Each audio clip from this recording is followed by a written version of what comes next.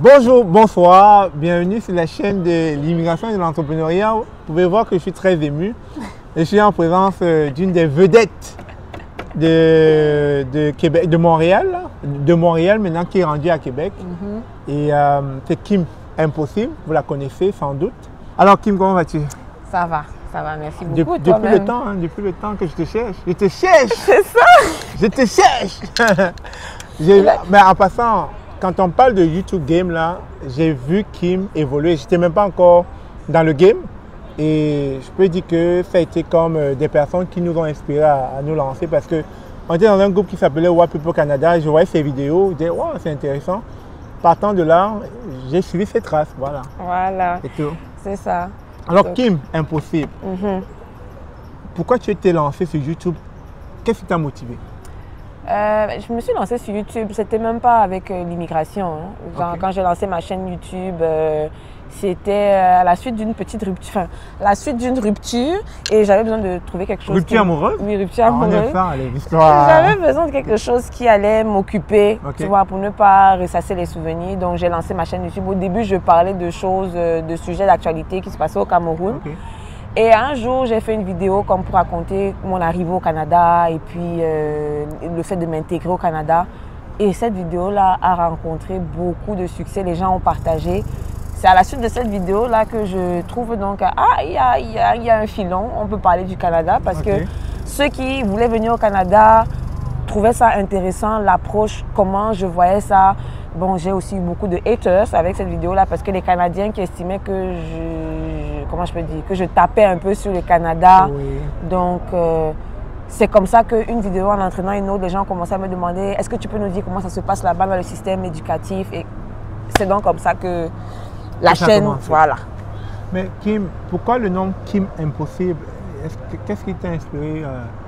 Il y a un dessin animé qui passe sur Disney ou je ne sais pas trop. Ouais. Et le dessin, le personnage principal, elle s'appelle Kim. Ouais. Et le dessin, c'est Kim Possible. Ouais, moi, je me suis dit, bon, je m'appelle Kim. Bon, on va mettre Kim Possible. Ça fait que c'est simple de même. Effectivement, dès que j'ai vu le nom, ça m'a fait penser à ce dessin animé-là. Et je me suis dit, est-ce qu'il n'y a pas un rapport? Bref. Alors dis-nous, tu es arrivé ici en quelle année au Canada? Fin octobre 2012. Fin octobre. Et pourquoi le Canada? Il y avait plusieurs pays dans le monde, mais pourquoi le Canada? Je suis née au Canada. Ma mère était étudiante ici. Et elle vient terminer son programme de traduction, parce que ma mère a étudié en traduction ici à l'Université de Montréal. Okay. Et donc, quand elle était déjà à Montréal, elle était déjà enceinte, parce qu'elle s'est mariée en 89, le 4 janvier, avec mon père aux États-Unis. Mon père, lui, il est rentré au Cameroun. Ma mère est venue au Canada parce qu'elle avait eu une bourse. À l'époque, le Cameroun donnait des bourses. Wow. Donc, c'est comme ça que je nais, puis je reviens donc au Canada parce que j'ai déjà terminé ma licence et ma maîtrise au Cameroun. Et ma mère me disait toujours, un jour, j'allais rentrer. Et bon, ce jour-là, c'est arrivé, donc fin octobre 2012. Tu es rentrée au Cameroun? Je suis rentrée, je suis revenue au Canada. Oh, tu es revenue au Canada, autant pour moi. Mais alors, dis-moi, tu dis que ta mère est venue ici pour faire ses études, elle a eu une bourse, et ton père aux États-Unis, tout ça, mais j'ai l'impression que tu es issu d'une famille nantie, quoi. Hein?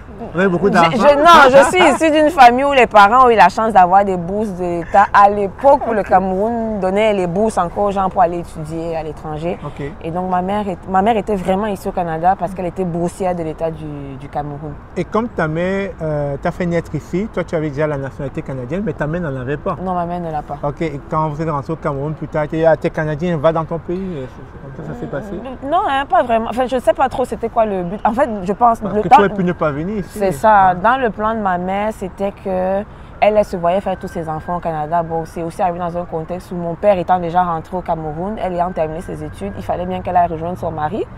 Donc, j'ai étudié là-bas, j'ai grandi là-bas. Je pense qu'à un moment même, je ne me disais plus que j'allais revenir au Canada. C'est vraiment un concours de circonstances parce que la façon dont même je suis arrivée au Canada, c'est vraiment, genre, c'est pas quelque chose qui a été décidé. Je savais le début de l'année que j'allais aller au Canada. Ma mère est sortie un matin, elle allait, parce que ma mère est avocate maintenant, donc elle allait à son cabinet et ce matin-là, un client est venu payer une facture Et à l'époque, son cabinet était au-dessus d'une agence de voyage. Ok. Donc, elle descend pour Ok. se renseigner sur les prix. Genre, je veux savoir, ça coûte combien un billet aller simple, Cameroun, Montréal. Ok. La compagnie la moins chère, c'était Royal Air Maroc. On lui a dit, et le prix, ça tombait net l'argent qu'elle venait de avait. recevoir. Elle a dit, tu sais quoi, si ce n'est pas maintenant, ça ne sera jamais. C'est comme ça qu'elle paye mon billet. Quand elle rentre à la maison, elle me dit, tu as un mois, dans un mois, tu vas au Canada. On est en septembre. Donc, j'ai à peine 30 jours pour me préparer pour venir au Canada. Et c'est comme ça. Et puis, Mais vite fait, je comprends que c'est sur un coup de tête comme ça que tu envoies au Canada, mais tu as quel âge à l'époque? quand j'arrive au Canada, Ouais. j'ai 23 ans. Ah, t'es jeune. Tu trouves? 23 ans, 23 c'est jeune. ans, on te lance comme ça dans la vie active, hein, ça peut être dur, hein, surtout quand tu arrives ici, tu es seul. Hein. Ouais, Tu avais la famille ici? J'ai pas de la famille vraiment, mais j'ai une très bonne amie à ma mère Ok. qui est ici. C'est elle qui m'a même accueillie. Ok. Quand je suis arrivée, j'ai vécu chez elle un mois, le temps avant de prendre mon appartement et partir. Donc je n'arrivais pas quelque part où j'avais vraiment personne. J'avais cette tante-là, puis des amis à ma mère qu'elle a gardées quand elle était ici, qui m'ont accueillie. Donc je pense que ça a quand même facilité parce que je crois quand même que ça aurait été dur si je n'avais personne, aucun repère. Donc, non, je n'étais pas seule. C'était quand même ça, fait que ça a fait de la différence quand même. Super. On va entrer dans la deuxième partie de cette interview qui est la vie de Kim impossible au Canada, parce qu'on a parlé un peu de sa venue, comment tout ça a commencé, etc. Et maintenant, une fois que tu arrives au Canada à 23 ans, comment se passent les débuts au Canada? C'est-à-dire tu y arrives comme étudiante, c'est ça? Oui, non, pas vraiment. Hein. Je n'étais pas sûre si j'allais vouloir retourner à l'école Ok. parce que j'estimais quand même que j'avais déjà fait le tour. Mais bon, pour pouvoir aussi m'intégrer dans le système, je voulais quand même savoir comment ça se passe à l'université ici. Donc, je décide de m'inscrire dans un certificat en coopération internationale à l'Université de Montréal. Ok.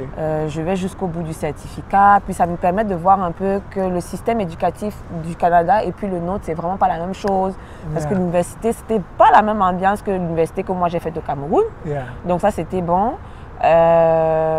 Ensuite, à côté de ça, je travaillais. Donc, je travaillais le matin, puis le soir, j'allais à l'école de soir, par exemple, de 18h à 23h, j'étais à l'école. Donc, quand tu rentres chez toi, tu dors et puis une autre journée commence. Fait que l'intégration, ça s'est quand même bien passé parce qu'à l'université, c'était pas des choses que, je veux dire, souvent certaines personnes disent que c'est dur, tu comprends pas quand les Canadiens parlent, mais T'as pas eu ce problème de langue? C'était pas vraiment un problème de langue, je comprenais. Je trouve que les professeurs faisaient quand même l'effort de parler un français international en cours, il n'y avait pas trop de Québécois, je peux me dire comment. Des Québécois de souche, c'est ceux ça, qui sont en région et tout ça. Voilà, donc ça s'est quand même bien passé. Puis le monde du travail à côté, je côtoyais beaucoup de monde, des gens qui avaient grandi ici, beaucoup d'étrangers aussi. Donc ça faisait qu'il y avait un bon mélange. Ok. Donc à travers tes études et puis ta capacité de t'adapter dans le monde du travail en faisant les deux, tu as dit que tu travaillais, tu es à l'école. Tu n'as jamais rencontré un quelconque problème dans la société? Tu n'as pas été rejeté? Problème de tricherie à l'université quand Ok. même.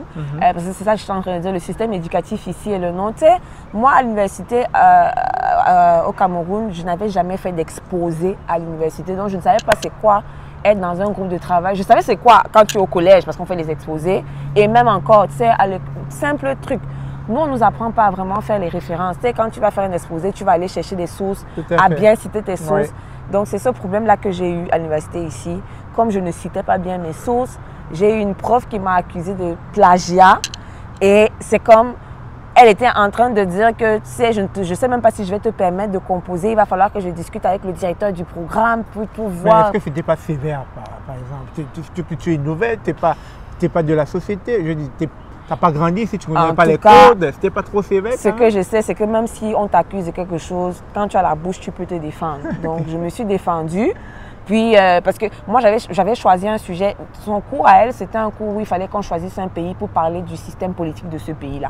Moi, j'ai choisi le Cameroun parce que c'est le pays que je connais le mieux. Ouais, donc, je parlais de choses que je connaissais. OK, j'ai pris sur moi le blâme qu'OK, je ne sais peut-être pas référencer mes sources. Mais de là à dire que j'ai copié le travail de quelqu'un, je te parle des choses que j'ai vécues, j'ai grandi dedans. Tout à fait. Donc j'ai pu terminer, j'ai pu composer et le jour où j'ai passé mon examen, là, tellement j'avais la rage de cette prof-là pour lui montrer que je ne suis pas venue ici pour tricher. Genre, surtout que je ne trouve pas que l'école était vraiment compliquée ici, comparé à ce que j'avais vécu au Cameroun. Tout à fait. J'ai terminé mon examen en 1 heure. Et puis, elle me demande, tu es sûre que tu as fini? J'ai dit, j'ai terminé, j'ai passé toutes mes questions. J'ai fait. Je ne vois pas pourquoi je vais rester 3 heures alors que je... Donc, avec la bouche, tant que tu peux te défendre, tu te défends. Finalement, c'est passé comme ça. Elle n'a jamais eu besoin de me reporter au directeur et tout. Et j'ai même validé son cours. Donc, vraiment, ça, c'est une des difficultés que j'ai eues parce que ça m'a quand même fait mal. Quand tu accuses de tricherie, là, j'ai d'abord bien pleuré. Bien sûr. Alors, comme ça, tes études finies, tu embrasses pleinement le monde du travail. Est-ce qu'au niveau du travail, tu t'es senti accepté? Ça se passait bien? Tu n'as pas ressenti que tu t'es mis à l'écart, tu pouvais grandir professionnellement Honnêtement, moi, j'ai une philosophie dans la vie. Aucune compagnie n'est la compagnie de mon père.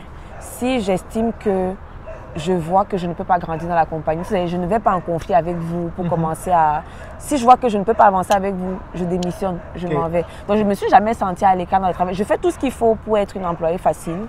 Je vous démontre que j'ai envie d'apprendre, j'ai envie de grandir. S'il y a d'autres postes qui ouvrent, j'applique d'abord, même si je n'ai pas toutes les caractéristiques, parce que je me dis, une fois que tu es dedans, on peut te former, tu vois.